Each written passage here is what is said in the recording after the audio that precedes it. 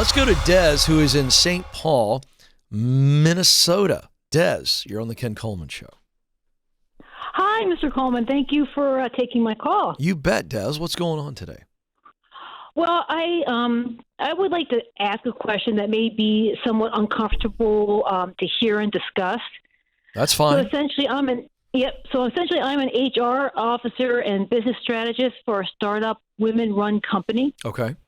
And the business is a woman-owned and run consulting company, which trains leadership development skills for women, mentors women during their business ownership journey, and even consults employers in their diversity, equity, and inclusion initiatives. Okay.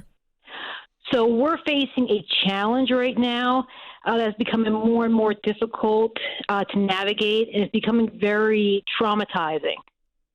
So I'll just cut to the chase to the question to place the big elephant in the room. Okay. So how can independent businesswomen protect themselves from male leaders who make unwanted and unprofessional sexual advances, or any advances at that? And how can we protect ourselves without the fear of retaliation of having our business opportunities impacted? Okay, Do you have any suggestions? Yeah. I mean, so let me make sure I understand this. Due to the nature of your company, you guys are consulting for these female leaders, and you're getting a lot of this. They're going, hey, we need help. I'm facing unwanted sexual advances from male leaders. Is that what you're telling me? Yes, correct.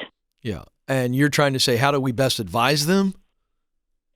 Yeah, and we've done some things to help mitigate that risk, like trying to limit sales calls and meetings to Zoom and Microsoft Teams, for instance. Yeah. We always travel in twos. Yeah. Oh, so are you experiencing this as well? Yes. Okay. No, that changed the whole call. So you're facing this. Well, it does. I have, but I have had other, but we have all the other consultants are having the same issue. Okay, great. Wow. All right. So now here's the deal. I'm going to address this as Ken, your coach, but I'm also going to address this as Ken, Stacy's husband. I don't know that I can separate the two. Okay. So when we're talking about an unwanted sexual advance, while I appreciate what you guys have tried to do to mitigate it, when a dude makes a sexual advance and he makes it, and it, first of all, he shouldn't be doing it, period, in the workplace. But when it's clear that it's unwanted, the issue is not how do we deal with it without retaliation, because retaliation is not the thing we're worried about. What we need to do is stop this nonsense and make it clear that it needs to be stopped, because it's a far bigger issue. So I guess what I'm trying to say is I'm not in any way trying to minimize the complexity of it. But what I'm saying is if my wife is in a professional work environment and a leader, somebody who is in authority over her, makes an unwanted sexual advance, our conversation is not how do we try to avoid that guy anymore. The issue is how do we catch him with evidence and take it above him and get his butt fired.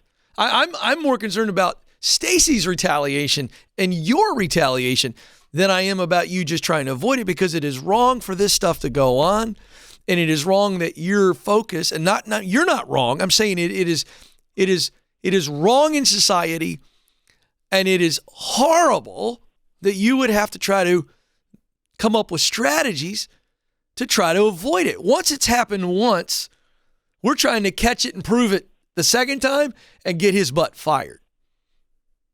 Well, that's fine, and that's easier said than done. Is Mr. it? Coleman. Is it? And I'm not saying that it isn't. Educate me on why.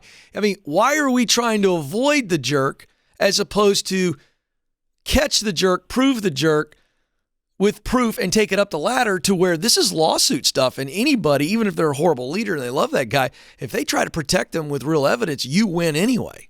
So I'm helping me understand how it's easier said than done, and I'm not disagreeing with you. Well, yes, and I would say this. So if you're an independent, you're a women business owner, and you're trying to get clients, especially when you're on a startup, it is statistically, I have seen this myself, where the businesses all of a sudden shun the women-owned business because they called them on the carpet on their crap.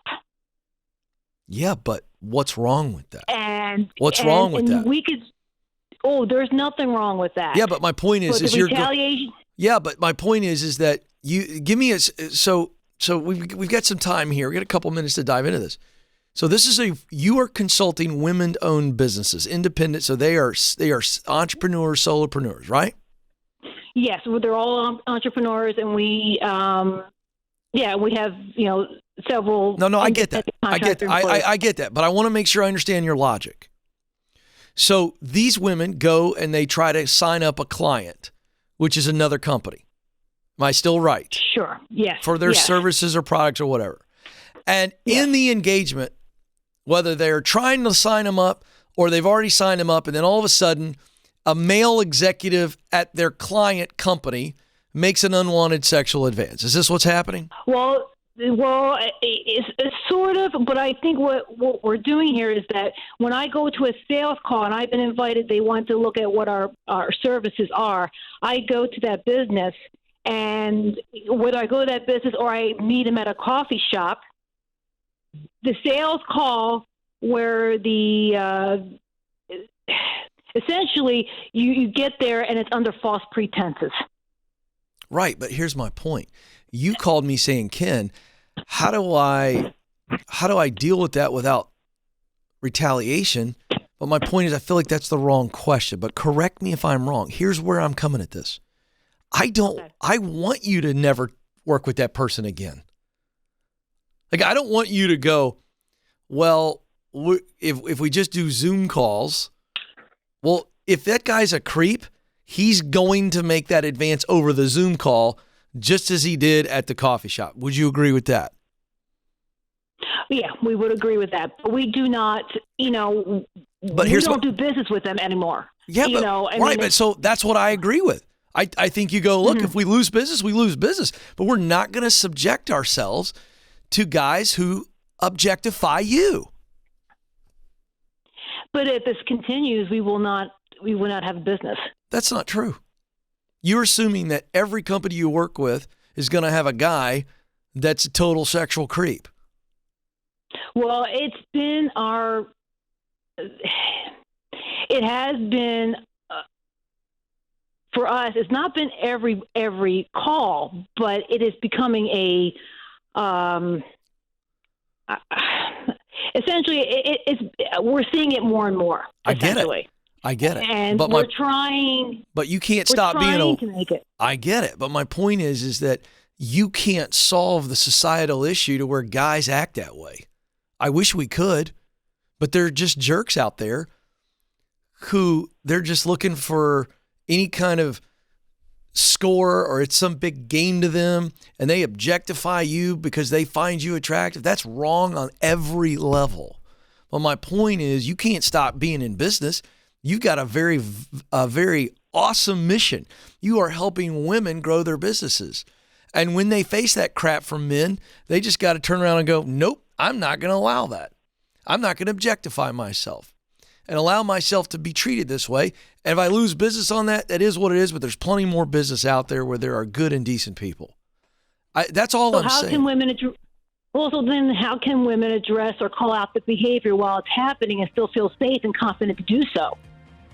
We've had instances where. Oh yeah, I totally get that. So if it's public, I'm standing up, excusing myself to the bathroom, and I'm out the door, and I'm never coming back again. Just leave and walk away.